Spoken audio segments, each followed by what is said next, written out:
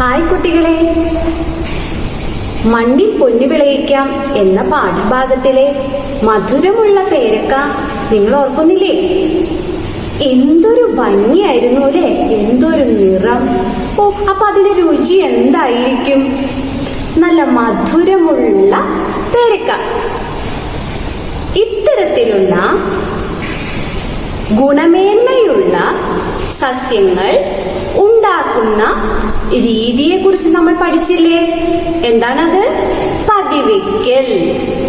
പതിവയ്ക്കൽ നിങ്ങൾ എല്ലാവരും വീട്ടിൽ പോയി ചെയ്തിരുന്നോ? ചെയ്തിട്ടുണ്ടാകും. കാരണം എന്താ? നിങ്ങൾ എല്ലാവരും മിടുക്കന്മാരും മിടുക്കികളുമാണ് അല്ലേ? ആ മിടുക്കന്മാർക്കും മിടുക്കികൾക്കും ടീച്ചർ ഇന്ന് ഒരു സമ്മാനവുമായിട്ടാണ് വന്നിരിക്കുന്നത്. ആരൊക്കെയാണ് പതിവയ്ക്കൽ ക്രിയ ചെയ്തത്?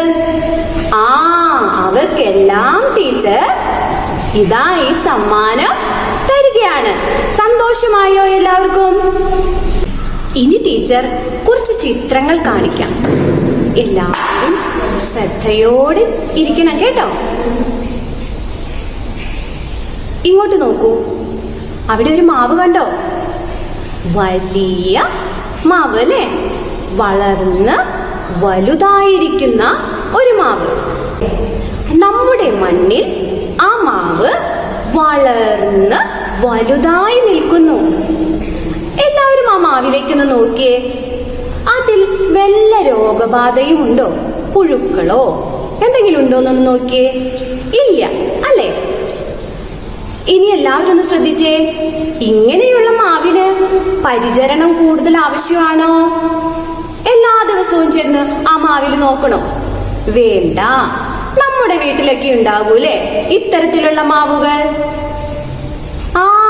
പലരുടെയും വീട്ടിലുണ്ട് എന്നാണ് പറയുന്നത്. ശരി, ഇനി ടീച്ചർ അടുത്തൊരു ചിത്രം കാണിച്ചോട്ടെ. എല്ലാവരും സ്ക്രീനിലേക്ക് നോക്കുക. എന്താ അതിൽ കാണുന്നേ? നിറയെ കായ്ഫലങ്ങളുള്ള ഒരു മാവ്. എന്തു ഭംഗിയാലേ! കൊതി തോന്നുന്നുണ്ടോ? ആ മാവ് നമ്മുടെ വീട്ടിലുണ്ടാകാറുണ്ടോ? ചിലരുടെയൊക്കെ വീട്ടിലേ ഉള്ളൂ അല്ലേ? അപ്പൊ നമുക്ക് അങ്ങനത്തെ മാവ് നമ്മുടെ മണ്ണിലും ഉണ്ടാക്കണ്ടേ? ടീച്ചർ ഒന്ന് ചോദിച്ചോട്ടെ, എല്ലാ മണ്ണിലും എല്ലാ മരങ്ങളും വളരുമോ? ഇല്ല അല്ലേ? അപ്പോ ഇത്തരത്തിലുള്ള മരങ്ങൾ നമ്മളുടെയൊക്കെ വീട്ടിലെ മണ്ണിൽ വളർത്താനായിട്ട് എങ്ങനെ സാധിക്കുമെന്ന് നമുക്ക് അറിഞ്ഞിരിക്കണ്ടേ? അതിനായി ടീച്ചർ ഇത്തരത്തിൽ നിറയെ കായ്ഫലങ്ങളുള്ള മരങ്ങൾ നമ്മുടെ വീട്ടിലുണ്ടാകുന്നതിനുള്ള ഒരു ശാസ്ത്രീയ രീതി ഇന്ന് പരിചയപ്പെടുത്തി തരാം. അതിന്റെ പേരെന്താണെന്ന് അറിയാമോ? ഗ്രാഫ്റ്റിംഗ് അഥവാ കമ്പ് ഒട്ടിക്കൽ. ഈ ശാസ്ത്രീയ രീതി നമുക്ക് പരിചയപ്പെടണ്ടേ? അതിനായി നമ്മൾക്ക് ഒരു വീഡിയോ കണ്ടാലോ? ഗ്രാഫ്റ്റിംഗ് അല്ലെങ്കിൽ കമ്പ് ഒട്ടിക്കൽ വഴി കൂടുതൽ ഗുണങ്ങളുള്ള സസ്യങ്ങൾ വളർത്തിയെടുക്കുന്നത് എങ്ങനെയെന്ന് നമുക്ക് നോക്കാം. മാവിൻ തൈയിലാണ് നമ്മളിപ്പോൾ ഗ്രാഫ്റ്റിംഗ് ചെയ്യുന്നത്. അതിനായി വളരെയധികം ഫലം തരുന്ന ചന്ദ്രക്കാരൻ എന്ന ഇനത്തിൽപ്പെട്ട മാവിൽ നിന്നാണ് കൊമ്പ് ശേഖരിക്കുന്നത്. ഇങ്ങനെ ശേഖരിക്കുന്ന കൊമ്പിനെയാണ് സയൻ എന്ന് പറയുന്നത്. നമ്മുടെ നാട്ടിലെ കാലാവസ്ഥയിൽ നന്നായി വളരുന്നതും പ്രത്യേക പരിചരണം ആവശ്യമില്ലാത്തതുമായ നാടൻ നാട്ടുമാവിലാണ് കൊമ്പൊട്ടിക്കുന്നത്. ഇതിനെ സ്റ്റോക്ക് എന്ന് പറയുന്നു. ഈ പ്രക്രിയയ്ക്ക് ആവശ്യമുള്ള ഉപകരണങ്ങൾ: ഒരു കട്ടർ, നല്ല മൂർച്ചയുള്ള ഒരു കത്തി,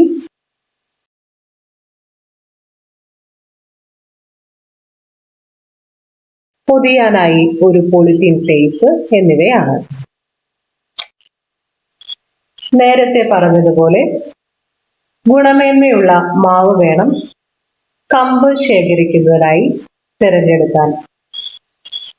കമ്പ് മുറിച്ചെടുത്ത് അതിലെ ഇലകളെല്ലാം കട്ടർ ഉപയോഗിച്ച് വെട്ടിക്കളയാം.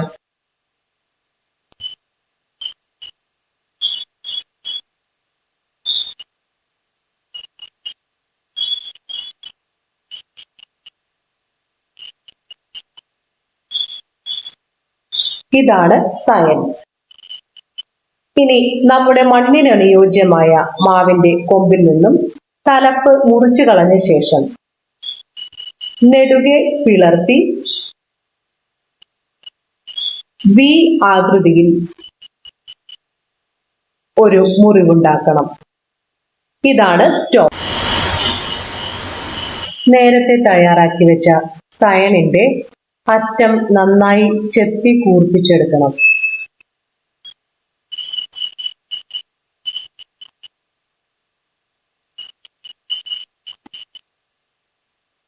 ഇത് സ്റ്റോക്കിന്റെ വി ആകൃതിയിലുള്ള മുറിവിനകത്തേക്ക് ഇറക്കി വെക്കണം. സയൻ സ്റ്റോക്കിൽ ഉറപ്പിച്ചു നിർത്തിയതിനു ശേഷം പോളിത്തീൻ ടേപ്പ് ഉപയോഗിച്ച് നന്നായി ചുറ്റിയെടുക്കണം. സയണിന്റെയും സ്റ്റോക്കിന്റെയും മുറിവുള്ള എല്ലാ ഭാഗങ്ങളും പോളിത്തീൻ ടേപ്പ് ഉപയോഗിച്ച് നന്നായി കവർ ചെയ്ത് വെക്കണം. ഇങ്ങനെ ചെയ്തില്ലെങ്കിൽ മുറിവിൽ വെള്ളം കയറുകയും ഇതുവഴി ചെടി നശിച്ചു പോവുകയും ചെയ്യും.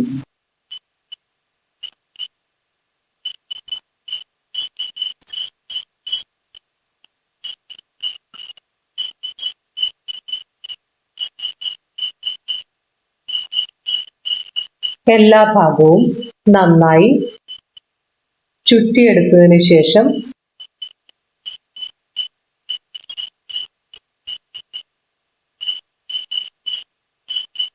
ടേപ്പ് ചെടിയിൽ മുറുക്കി കെട്ടിവെക്കണം.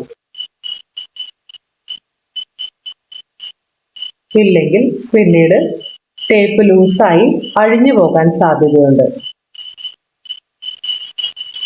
അവശേഷിക്കുന്ന ഇലയും കൂടി വെട്ടിക്കളഞ്ഞതിന് ശേഷം ഒരു പോളിത്തീൻ കവർ ഉപയോഗിച്ച് ചെടി മുഴുവനായി കവർ ചെയ്ത് വെക്കാം.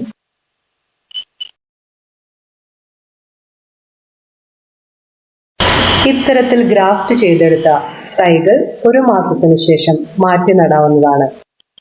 ഇങ്ങനെ മാറ്റി നടാൻ പാകമായ ഒരു മാസം പ്രായമെത്തിയ ഗ്രാഫ്റ്റ് ചെയ്ത മാവിൻ തൈയാണ് ഇവിടെ കാണുന്നത്. ഇങ്ങനെ വളർത്തിയെടുത്ത ഒരു മാവാണ് ചിത്രത്തിൽ കാണുന്നത്. നമ്മുടെ നാട്ടിൽ ഒട്ടുമാവ് എന്നൊക്കെ ഇത്തരം മാവുകളെ വിളിക്കാറുണ്ട്. എല്ലാവരും വീഡിയോ കണ്ടില്ലേ? എല്ലാവരും ശ്രദ്ധിച്ചിരുന്നോ? ഓക്കെ, എല്ലാവർക്കും വീഡിയോ ഇഷ്ടമായോ? നമ്മളിപ്പോൾ കണ്ടത് ഒരു നാടൻ മാവിൻ തൈയിൽ ഗ്രാഫ്റ്റിംഗ് മുഖേന അതിനെ ഗുണമേന്മയുള്ള ഒരു സസ്യമാക്കി മാറ്റിയതാണ്. ആ പ്രവർത്തനത്തിൽ പറയുന്ന പേര് ടീച്ചർ ഒന്നുകൂടി പറയാം. എന്താണ്? ഗ്രാഫ്റ്റിംഗ്. ഇനി നമ്മൾ കണ്ട ആ വീഡിയോയിലെ ഓരോ പ്രവർത്തനങ്ങളും ഘട്ടം ഘട്ടമായി ഒന്നുകൂടി ടീച്ചർ വ്യക്തമാക്കി തരട്ടെ. എല്ലാവരും ശ്രദ്ധിച്ചിരിക്കണേ. നമ്മൾ എല്ലാവരും വീഡിയോ കണ്ടപ്പോൾ ഒരു നാട്ടുമാവിൻ ചെടി കണ്ടിരുന്നു അല്ലേ? അതിനെന്താ ചെയ്തത്? ആ നാട്ടുമാവിൻ ചെടിയുടെ പകുതി ഭാഗം വെച്ച് എന്തു ചെയ്തു? മുറിച്ചു കളഞ്ഞു. ടീച്ചർ ഇപ്പോ ഇവിടെ ഒരു ചിത്രം കാണിക്കുന്നുണ്ട്. ഈ ഭാഗത്തിന് പറയുന്ന പേരാണ് സ്റ്റോക്ക്. ഈ സ്റ്റോക്കിലേക്കൊന്ന് നന്നായി നോക്കിയേ. ഇവിടെ ചെറുതായിട്ട് പിളർത്തിയിരിക്കുന്നു അല്ലേ? ഈ പിളർത്തിയിരിക്കുന്ന സസ്യത്തിന്റെ വേരോട് കൂടിയ ഭാഗത്തിനെയാണ് സ്റ്റോക്ക് എന്ന് പറയുന്നത്. ഓക്കെ, ഇതാണ് സയൻ. അതായത് നമ്മള് ഒരു മാവിന്റെ മുകൾ ഭാഗം മുറിച്ചിരുന്നു അല്ലെ? എന്നിട്ട് എന്താ ചെയ്തത്? അതിനെ ഇതിന്റെ അടിഭാഗത്ത് കാണുന്നത് പോലെ ആപ്പ് രൂപത്തിൽ ചെത്തി മിനുക്കി.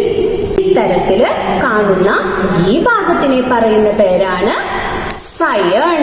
എന്താണ്? സയൺ. ഇനി ടീച്ചർ ഈ സ്റ്റോക്കിലേക്ക് സയണിനെ ഇറക്കി ഇങ്ങനെ വച്ചു. ഓക്കെ, എല്ലാവർക്കും ഇഷ്ടമായോ? ഇനി നമുക്കിത് എന്ത് ചെയ്യാം? ഇത് നമുക്ക് ഈ കാണുന്ന ചാർട്ടിൽ ഒട്ടിച്ചു വെക്കാം.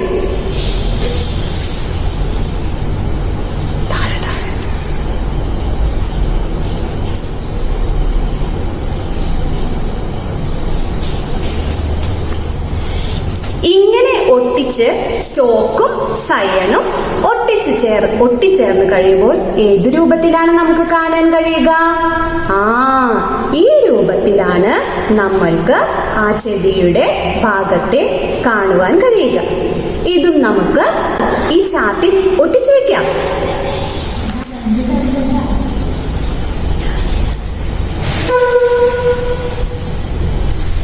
ഇനി അടുത്തതായി എന്താ ചെയ്യേണ്ടത്? നമ്മൾ ഒട്ടിച്ചു ചേർത്തു അല്ലേ? ഇനി നമുക്ക് ഈ ഒട്ടിച്ചു ചേർത്ത ഭാഗത്തെ കൂട്ടിച്ചേർത്ത് കെട്ടിവെക്കണം. ഒന്ന് നോക്കിയേ. അതിനെന്ത് ചെയ്തു? ഒരു നാട ഉപയോഗിച്ച് സ്റ്റോക്കിനെയും സയണിനെയും ചേർത്ത് കെട്ടിവെച്ചു. നമുക്കിത് ചാർട്ടിൽ ഒട്ടിക്കാം.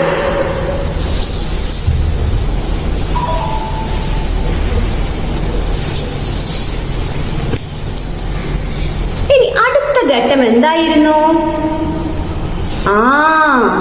എങ്ങനെ കെട്ടണം? സ്റ്റോക്കും സയണും എങ്ങനെയാണ് നമ്മൾ കെട്ടേണ്ടത്? നല്ല മുറുക്കി കെട്ടണം. ഇല്ലെങ്കിൽ എന്താ സംഭവിക്കുക? അതിലേക്ക് എന്തു ചെല്ലും? വെള്ളവും മറ്റും വന്നാല് നമ്മുടെ ചെടിക്ക് ഇടിർക്കോ? ഇല്ല. അതിനു വേണ്ടിയിട്ട് നന്നായിട്ട് ചുറ്റി കെട്ടി വെച്ചിരിക്കുന്ന സസ്യത്തിന്റെ ഭാഗമാണ് ഇത്. ഇതും നമുക്ക് ചാർട്ടിൽ ഒട്ടിക്കാം.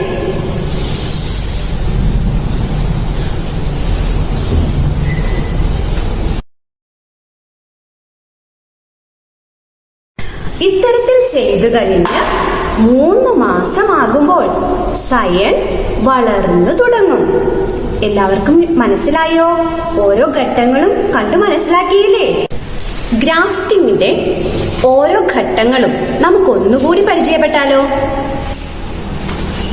ആദ്യം നമ്മൾ എന്ത് ചെയ്യുന്നു? സ്റ്റോക്ക് തിരഞ്ഞെടുക്കുന്നു. എന്താണ്? സ്റ്റോക്ക് തിരഞ്ഞെടുക്കുന്നു. പിന്നെ എന്താ നമ്മൾ ചെയ്യുന്നത്?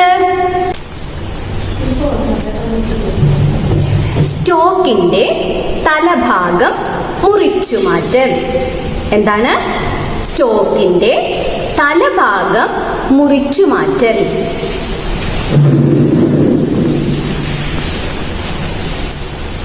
സ്റ്റോക്കിൽ വി ആകൃതിയിൽ മുറിവുണ്ടാക്കൽ. ഏതാകൃതിയിലാണ്?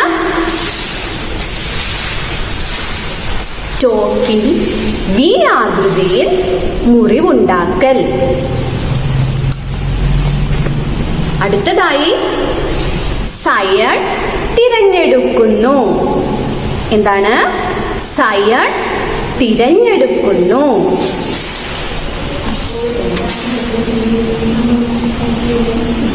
ഇനി എന്താണെന്ന് നോക്കിയേ.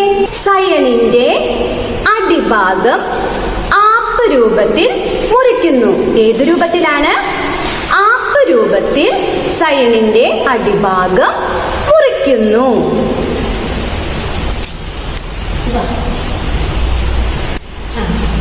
സ്റ്റോക്കിന്റെ മുറിവിലേക്ക് സയൺ ഇറക്കി വെക്കുന്നു. ഏതിലേക്കാണ് ഇറക്കി വെക്കുന്നത്? സ്റ്റോക്കിന്റെ മുറിവിലേക്ക് സയൺ ഇറക്കി വെക്കുന്നു.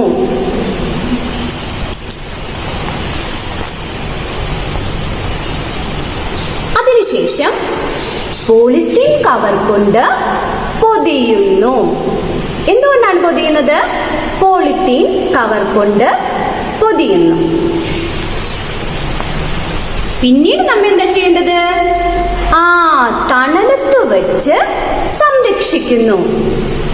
അധികം വെയിലൊന്നും തട്ടാതെ തണലത്ത് വെച്ച് സംരക്ഷിക്കുന്നു. ഇപ്പോൾ നിങ്ങൾക്ക് ഓരോ ഘട്ടങ്ങളും, ഗ്രാഫ്റ്റിംഗിന്റെ ഓരോ ഘട്ടങ്ങളും മനസ്സിലായി ഇല്ലേ? കുട്ടികളെ, നമുക്ക് ഗ്രാഫ്റ്റിംഗിന്റെ വിവിധ ഘട്ടങ്ങളെ കുറിച്ച് ഒരു ഫ്ലോ ചാർട്ട് തയ്യാറാക്കിയാലോ?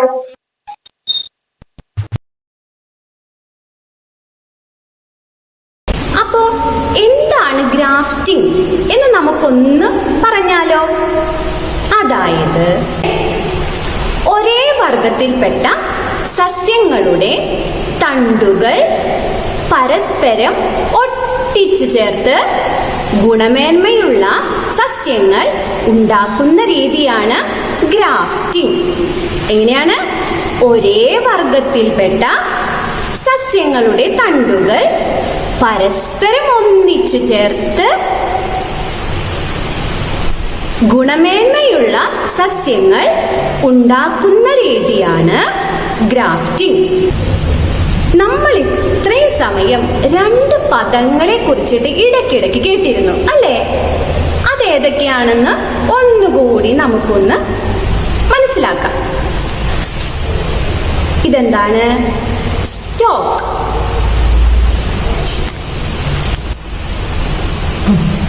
ഇതെന്താണ്? സ്റ്റോക്ക്.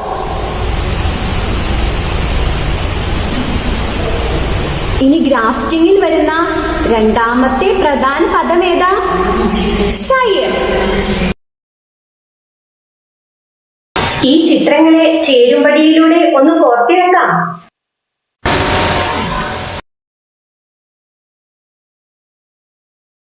ഏതെല്ലാം സസ്യങ്ങളിലാണ് കൊമ്പൊട്ടിക്കൽ അഥവാ ഗ്രാഫ്റ്റിംഗ് സാധാരണ ചെയ്യാറുള്ളത്? മാവ്, പ്ലാവ്, ജാതി, നാരകം, പേര, ചെമ്പരത്തി, ചെത്തി, റോസ്.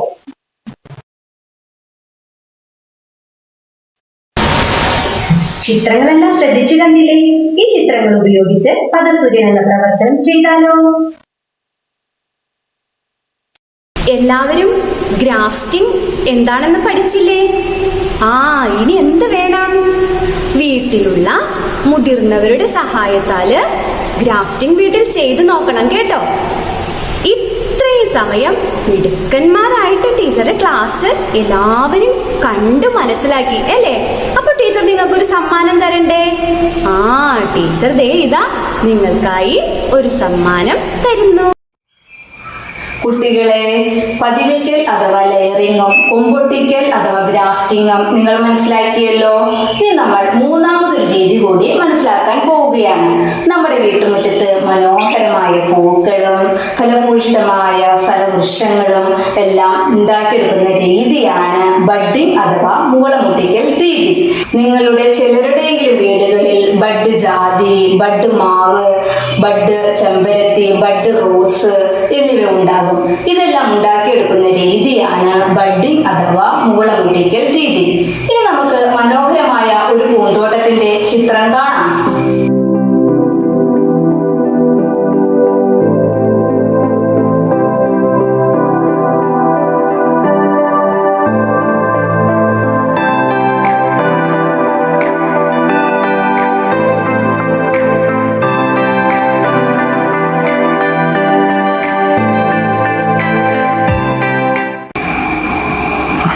മനോഹരമായ പൂച്ചെടിയുടെ ചിത്രങ്ങൾ നിങ്ങളെല്ലാവരും ശ്രദ്ധയോടെ കണ്ടില്ലേ? നിങ്ങൾക്കെല്ലാവർക്കും ഇഷ്ടമായോ? എന്തെങ്കിലും പ്രത്യേകത ആ ചെടികൾക്ക് നിങ്ങൾക്ക് തോന്നിയോ? എന്ത് പ്രത്യേകതയാണ് തോന്നിയത്? ഇതാ ഈ ചെടിയുടെ ചിത്രം നോക്കൂ. ഈ ഒരു ചെടിയിൽ തന്നെ വിവിധ നിറത്തിലുള്ള മനോഹരമായ പൂക്കൾ നിറഞ്ഞു നിൽക്കുന്നു അല്ലേ? എത്ര മനോഹരവും അത്ഭുതകരവുമായിരിക്കുന്നു ഇത്. ഇത് ഉണ്ടാക്കിയ രീതിയാണ് ബഡ്ഡിംഗ് അഥവാ മുകളമൊട്ടിക്കൽ രീതി. ഒരേ വർഗത്തിൽപ്പെട്ട സസ്യത്തിന്റെ മുകളങ്ങൾ ഒട്ടിച്ചു ചേർത്ത് പുതിയ ഗുണമേന്മ കൂടിയ സസ്യത്തെ നിർമ്മിച്ചെടുക്കുന്ന രീതിയാണ് ബഡ്ഡിംഗ് അഥവാ മുകളം ഒട്ടിക്കൽ. ബഡ്ഡിംഗ് എന്താണെന്ന് ചിന്തിക്കുമ്പോൾ നിങ്ങൾക്ക് പല സംശയങ്ങളും തോന്നാം. ഇത് എങ്ങനെ ചെയ്യാം, ഏതെല്ലാം സസ്യങ്ങളിൽ ചെയ്യാം എന്നൊക്കെ. ഇതൊക്കെ മനസ്സിലാക്കാനായിട്ട് നമുക്ക് ബഡ്ഡിങ്ങിന്റെ ഒരു ഒരു വീഡിയോ കാണാം. ബഡ്ഡിംഗ് ചെയ്യുന്നതിനായി മഞ്ഞ ചെത്തിൽ നിന്നാണ് മുകുളം തിരഞ്ഞെടുത്തിരിക്കുന്നത്. ഇതാണ് നമ്മൾ മുകുളമായി എടുത്തിരിക്കുന്നത്.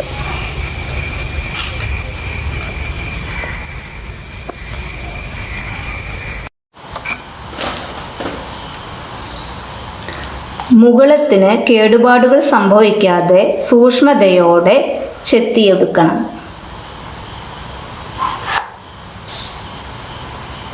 ഇതാണ് മുകുളം. ചെത്തിയെടുത്ത മുകുളം ഉൾഭാഗത്ത് തൊടാതെ സൂക്ഷിച്ച് മാറ്റിവെക്കുക. ചുവന്ന പൂക്കളുള്ള ചെത്തിയാണ് നമ്മൾ സ്റ്റോക്കായി തിരഞ്ഞെടുത്തിരിക്കുന്നത്.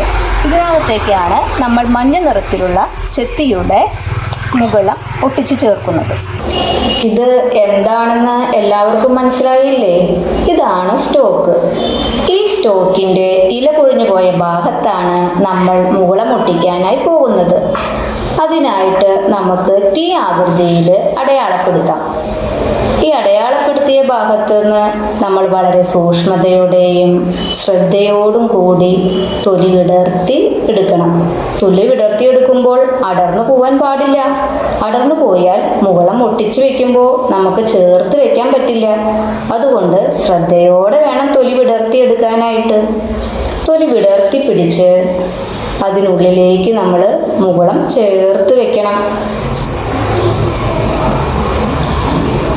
ടീച്ചർ തൊലി വിടർത്തുമ്പോൾ എത്ര ശ്രദ്ധയോടുകൂടിയാ ചെയ്യുന്നത് നോക്കൂ. വളരെ സമയമെടുത്ത് സൂക്ഷ്മതയോടെ വേണം തൊലി വിടർത്തിയെടുക്കാൻ. ടീച്ചർ വളരെ ശ്രദ്ധയോടുകൂടി തൊലി വിടർത്തുന്നത് കണ്ടോ?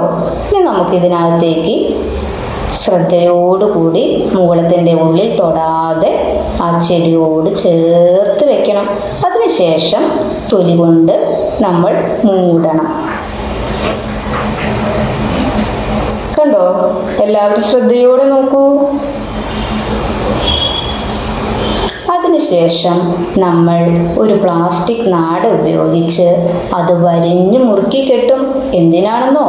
അതിനുള്ളിലേക്ക് വെള്ളം കയറാതിരിക്കാനും തൊലി നീങ്ങി പോകാതിരിക്കാനുമാണ്. നോക്കൂ, ടീച്ചർ എത്ര ശ്രദ്ധയോടുകൂടി എത്ര പ്രാവശ്യം ചുറ്റിക്കെട്ടുന്നു നോക്കിക്കോളൂ കേട്ടോ. നമ്മളിങ്ങനെ കെട്ടുമ്പോൾ മുകുളം പുറത്തുണ്ടായിരിക്കണം. മുകുളത്തെ ചേർത്ത് കെട്ടരുത്. ടീച്ചർ കെട്ടുന്നത് എല്ലാവരും ശ്രദ്ധയോടെ നോക്കിക്കേ. മുകുളത്തെ ടീച്ചർ പുറത്തേക്ക് നിർത്തിയിട്ടാണ് വരിഞ്ഞു കെട്ടുന്നത്.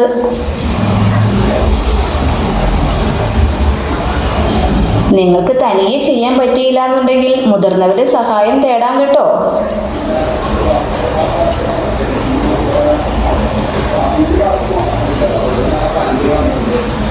നന്നായി വരിഞ്ഞ് മുറുക്കി മുകുളം പുറത്ത് കാണത്തക്ക വിധം കെട്ടിവെക്കണം.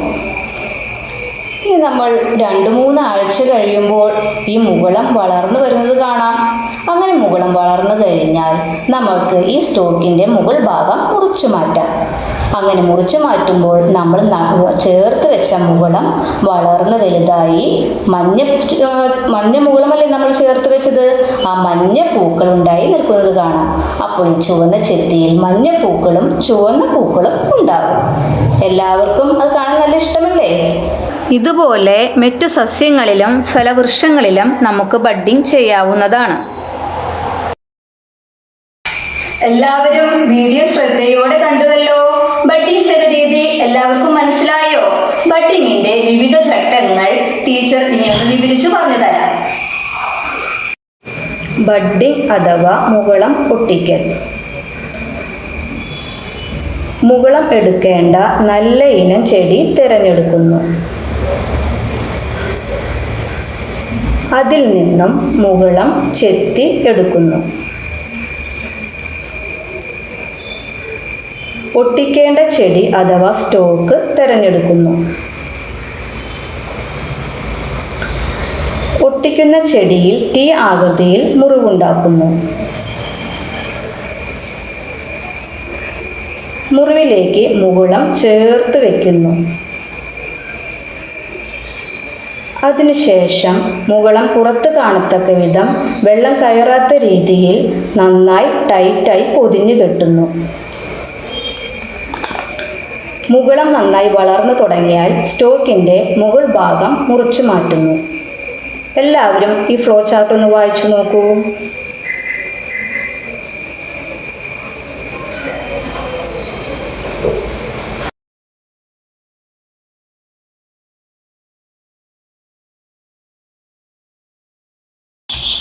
ഈ ഫ്ലോ ചാർട്ട് നോട്ട്ബുക്കിൽ തയ്യാറാക്കി എല്ലാവരും ടീച്ചറിന് അയച്ചു കൊടുക്കണം കേട്ടോ. അതുപോലെ നമ്മൾ ബഡ്ഡിംഗ് ചെയ്തത് കണ്ടുവല്ലോ. ആ രീതി അനുസരിച്ച് എല്ലാവരും വീട്ടിൽ മുതിർന്നവരുടെ സഹായത്തോടെ ബഡ്ഡിംഗ് ചെയ്തു നോക്കണം. അതിൻ്റെ വീഡിയോസും ഫോട്ടോസും കുറിപ്പും തയ്യാറാക്കി ടീച്ചറിന് അയച്ചു കൊടുക്കണം. അപ്പോൾ ടീച്ചർ നിങ്ങൾക്ക് സ്റ്റാർ തരും. ഇനി നമുക്ക് ലെയറിംഗ്, ഗ്രാഫ്റ്റിംഗ്, ബഡ്ഡിംഗ് എന്നിവയിലൂടെ ഗുണമേന്മയുള്ള ഫലവൃക്ഷങ്ങളും ചെടികളും വികസിപ്പിച്ചെടുക്കുന്ന ഒരു നഴ്സറി സന്ദർശിച്ചാലോ?